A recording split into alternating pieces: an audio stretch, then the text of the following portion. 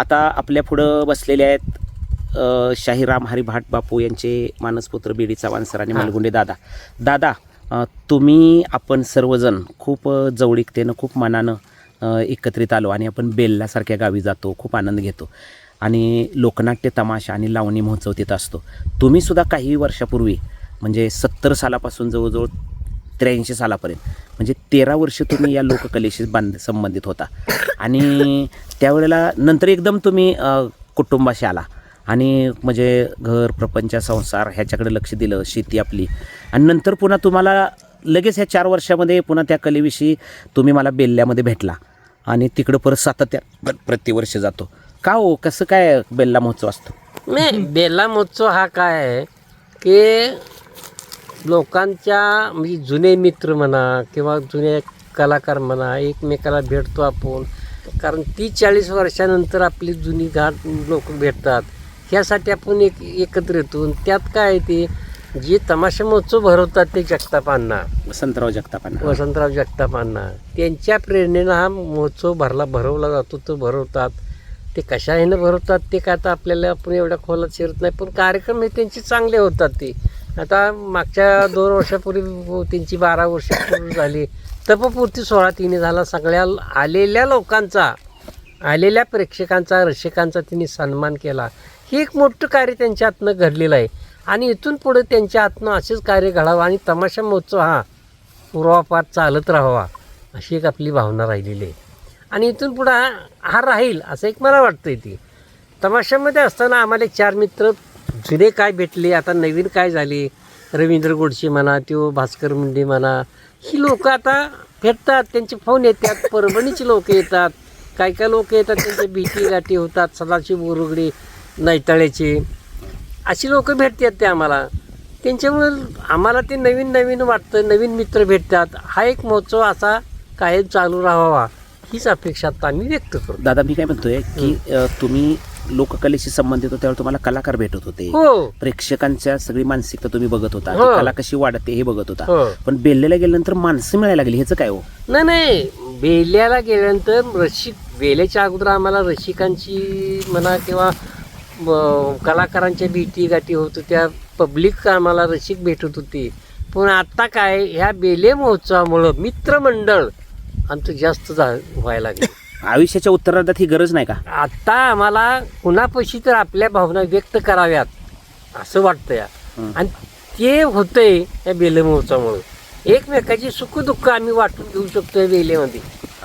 मला सांगा दादा की तुम्ही आता 4-2 व्यक्तींचा म्हणजे सदाभाऊ बोरगुडे असतील, त्यानंतर भास्कर मुंडे असतील, हो, किंवा रवींद्र गोडसे हो, असतील, किंवा नवले सर असतील, किंवा हे असे अनेक आहेत, किंवा राजेंद्र गायकवाड असतील, हो, या सगळ्यांचा तुम्ही आवर्जून उल्लेख केला. हो, ही माणसं कुठली हो? नाशिकची. हो, आणि आपण कुठले? सांगली जिल्ह्यात. सांगली. चव्हाण सर कुठले? पेडचे. आणि मी कुठला? पापा भाई कोणत्या गावचे? सगळी माणसं एकत्रित येतात, आज एकमेकाशी संपर्कात राहतात. ह्याच्यातनं खूप आनंद मिळतो. आनंद मिळतो ना. 2-3 दिवस आपले तेवढेच आनंदात जातात. हा एक तमाशा महोत्सवाचा आम्हाला झालेला फायदा म्हणायचा. वर्षभर संपर्कात राहतात. वर्षभर आम्ही संपर्कात बरोबर राहतो. गोडसे साहेब मला कायम फोन करतात, परभणीवाले फोन करतात. आणि तुम्हाला सांगतो बाकी कोण मला ही काय ह्यांचे चव्हाण सरांचा आमचा काय रोज फोन असतो, ते काय नाही, पण बाहेरचे परभणीवाल्यांचे सारखे फोन येतात मला. आणि कोणतं आहे बघा, ते नाव माहीत नाही मला. पण ह्याच्यातनं तुम्हाला दिवस कसा जातो? दिवस आमचे 3 दिवस 1 नंबरमध्ये जातात बघा. आम्ही काय करतोय काही कळत नाही आम्हाला. घरची आठवण 1 मिनिट सुद्धा आम्हाला येत नाही. हे माणसांच्या संपर्कात सारखं. सकाळी 6:30ला आम्ही जगतापालांच्या घरून चहा घेऊन जे बाहेर पडतो, कार्यक्रम आलो की आरती झाली, खुर्चीवर बसायचं बघा, कार्यक्रम बघायचा. चव्हाण सर मी चला चहा घ्यायला जायचं, तर तिकडं कोणतं ते राजेंद्र मोरे गाठ पडले किंवा नवरी सर गाठ पडले, पुन्हा ते सूर्यकांत पाटील गाठ पडले, चला चहा घेऊया, परत चहा घ्यायला जायचं. ह्याच्यामध्ये एकमेकाच्या सानिध्यामध्ये राहण्याचा आम्हाला एक क्षण वर्षातनं आम्हाला तेवढा तो ऊर्जा देऊन जातो. हे औषधापेक्षा काय म्हणाय ती, औषधापेक्षा मित्र जवळची वाटतात. की वर्षभराचं औषध खाण्यापेक्षा एक दिवस मित्र जर भेटला, चार्ज होऊन येत आहे. चार्ज बॅटरी आमच्या चार्जिंग होऊन जातात 3 दिवसात, फुल चार्जिंग होतात ते. ह्याच्यासाठी आम्हाला बेला महोत्सव बरा वाटतो. दादा तुम्ही तुम्हाला एक मनोरंजन किंवा आवड म्हणून तुम्ही जाताय किंवा तुम्ही मला फक्त एक सांगा, तुम्ही प्रत्यक्ष ती कला पाहिलेली आहे, वावरलाय? मला सर आता त्या तमाशामध्ये इंटरेस्ट राहिलेला नाही. नाही. हे मग मला ते इंटरेस्ट राहिलेला नाही याचा अर्थ, कारण ती मी भोगलेलं आहे. मी लोकांना तमाशात दाखवत आलेलो आहे. होय. काय नाही, मला काय मला आता म्हणायचं? बघायची गरज नाही, पण हां. ह्या बेला तमाशा महोत्सवामुळं माझे मित्रमंडळ वाढलं, हां. हे जे मला समाधान जास्त आहे. मला तेच सांगायचं आहे की तुम्ही यापूर्वी लोककलेशी प्रत्यक्ष पाहिलेला आहे किंवा पाहिलेलं आहे मी. भाग घेतलाय. हो. म्हणजे तुम्ही नुसता पाहिला नाही तर हां. त्याच्यात प्रत्यक्ष प्रॅक्टिकल केलं, प्रॅक्टिकल केलेलं आहे. बघितलंय. हो. मग मला सांगा, हा तमाशा त्यावेळेचा आणि आजचा काय फरक आहे? जमीन आसमानचा फरक. हा. त्यावेळची जी तमाशा दाखवण्याची म्हणा किंवा आमची करण्याची ती जी ढब होती, आणि त्यावेळेला जे प्रेक्षक होता तो प्रेक्षक आता राहिलेला नाही. हा. आता आम्ही ज्यावेळेला तमाशात होतो हा. त्यावेळेला हा. टी व्ही नव्हते, हा. फोन नव्हते हा. किंवा इतर कुठलेही कार्यक्रम नव्हते. आताही तुमच्या लावणे महोत्सव म्हणा किंवा ते कॅसेट सुद्धा नव्हते टेपची, काहीच नव्हतं त्यावेळेला. फक्त प्रत्यक्ष जाऊन बघायचं. तिकीट ₹1 तिकीट काढ. मी ज्यावेळेला तमाशात गेलो त्यावेळेला 12 तिकीट होतं. किती साली?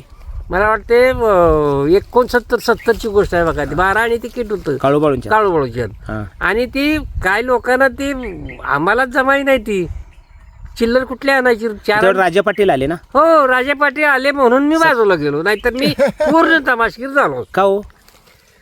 ते तुम्हाला मागच्या ह्याच्यात मी सांगितलेलं नाही. मला नेलं होतं हा. शामराव खाड्यांनी, मला नेलं. हा.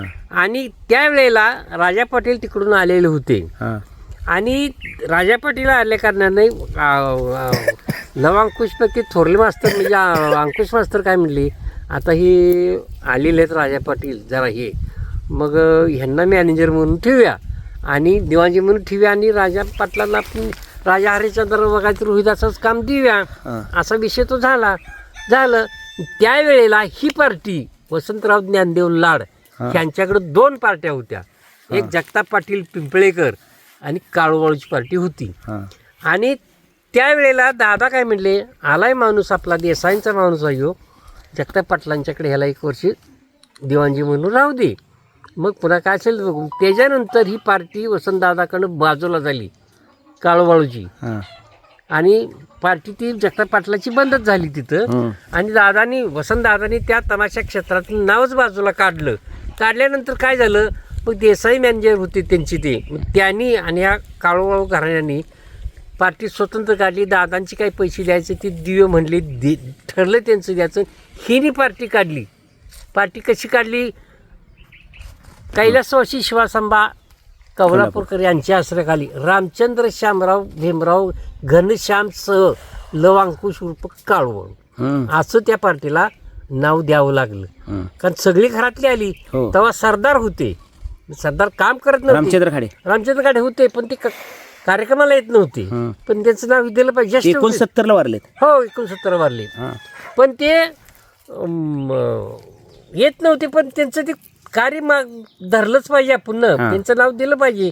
थोरले ते सगळ्यात असं नाव झालं.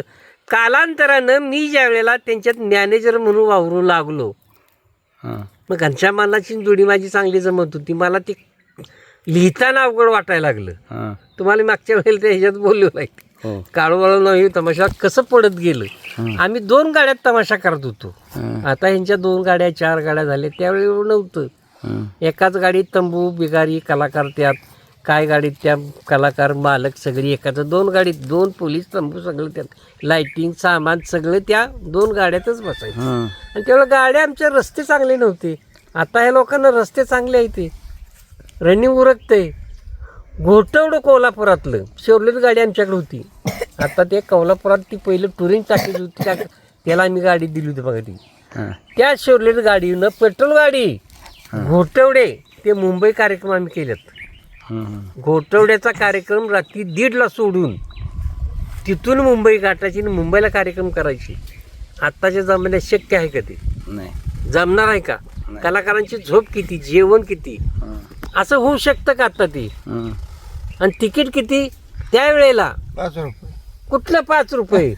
1 रुपये तिकीट मी केलं होतं. मला हिशेब येत नव्हता त्यावेळेला. तुमचं 12 आणि ह्यांचं 12 आणि ह्यांचं 12 हिशेब कावा करायचा? म्हणून ती 1 रुपया असेल तर तिकीट काढ बाबा. सगळं सुट्टच. सुट्टच पैसे चिल्लर यायची. 1992 बाप बरं का आम्ही तमाशा काढला का नाही त्यावेळेला 5 रुपये तिकीट होतं हम्म. शिवासा. मग गणपत पाटील मी त्यावेळेला आणलं. हे 70चं सांगतात. 3 रुपये तिकीट झालं तमाशाला. पाच रुपये. आणि मी ती बंद केलं. मला ते नकोच वाटायला लागलं. त्या बोगट्याच्या यात्रेला विठाबाचा कार्यक्रम मी त्यावेळी विठाबाईत होतो. चतुर्शिंगेचे 10 कार्यक्रम केले आणि आम्ही त्या पातळीजवळ ती यात्रेला गेलो. आणि आमच्या मुसा मॅनेजरनं काय केलं, जुन्याची जाहिरात होत्या का नाही, तिकीट त्यानं छापलं. हो, यात्रा 10 दिवसाची यात्रा आम्ही ती करत म्हणजे 10 गावं करत होतो. तिकीट जर तोच ठेवला आणि आम्ही 1.5 मागायला लागलो. पब्लिक रुपये द्यायला लागलं. हां. पब्लिक ऐक ना. शेवटी विठाबाईने लेक्चर दिलं, आजच्या दिवस तुम्ही ही 1.5 रुपये तिकीट पाळा, उद्यापासून आम्ही रुपये करतो. हां. इतका. आणि माझे कपडे माझी फाटली होती सर. हां. इजारी अशा पब्लिक इतकी गर्दी व्हायची. त्यावेळेला आम्हाला रुपयानं 2-2 हजार गल्ला व्हायचा.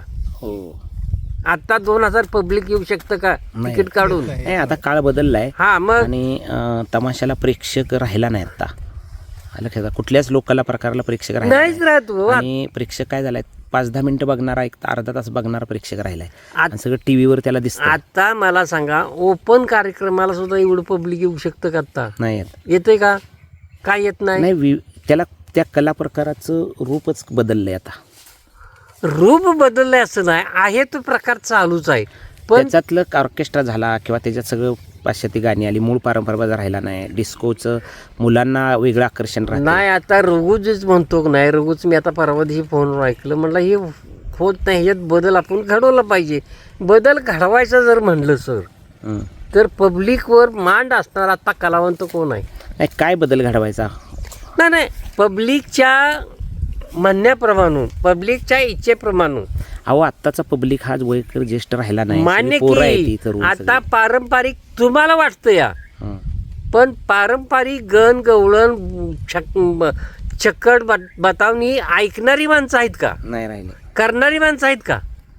त्यामुळे काय बदल करणार? हा, होत नाही बदल. आता ह्या लोकांना काय पाहिजे, तर जुनं अधिक नवं एकत्र करून हं.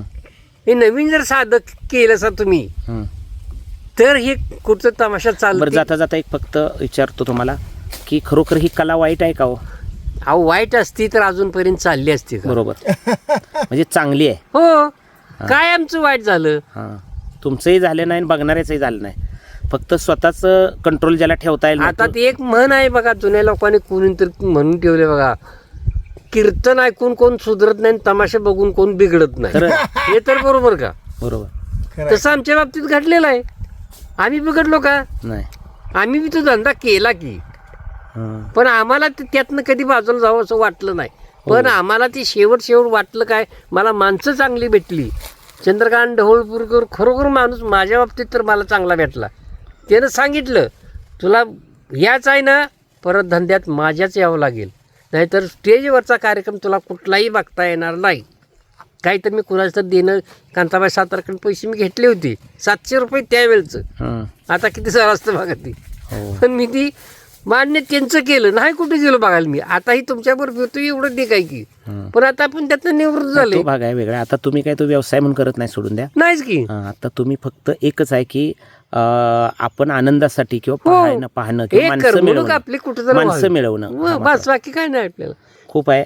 तर खूप सर तुमच्याकडं मलगुंडे दादा आलेले आहेत आणि आपण खूप एन्जॉय आणि आनंद घेतलेला आहे.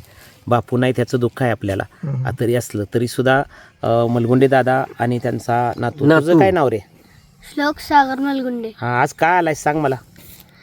ते ह्या आजोबांनी बोलवलेलं माझ्या आजीला आजोबांना, म्हणून मी आलो. हो, कुठल्या गावामध्ये आलाय? पेड पेड कुठं आहे हे? तासगाव आहे. तासगावच्या तासगाव तालुक्यात आहे. हां हां हां. तू काय करतोस, काय शिकतोस? मी आता मराठी मीडियमला आहे. शाळेचे नाव दालरामे प्राथमिक विद्यालय. हो, ठीक आहे. खूप सुंदर दादा, आपण सर्वांशी गप्पा मारल्या आणि आता सगळे आपले महाराष्ट्रातले रसिक हे तुमचा आणि आपल्या सगळ्यांचा स्वीकार करतील. धन्यवाद. आमचा हा, बरं. आता पुढच्या भेटीत हा. आमचा नातू तुम्हाला एक उत्कृष्ट हलगी वादक होऊन दाखवण्यात येईल. नक्की नक्की हो नक्की नक्की. चांगला वाजवतो तो. ठीक. धन्यवाद. ओके.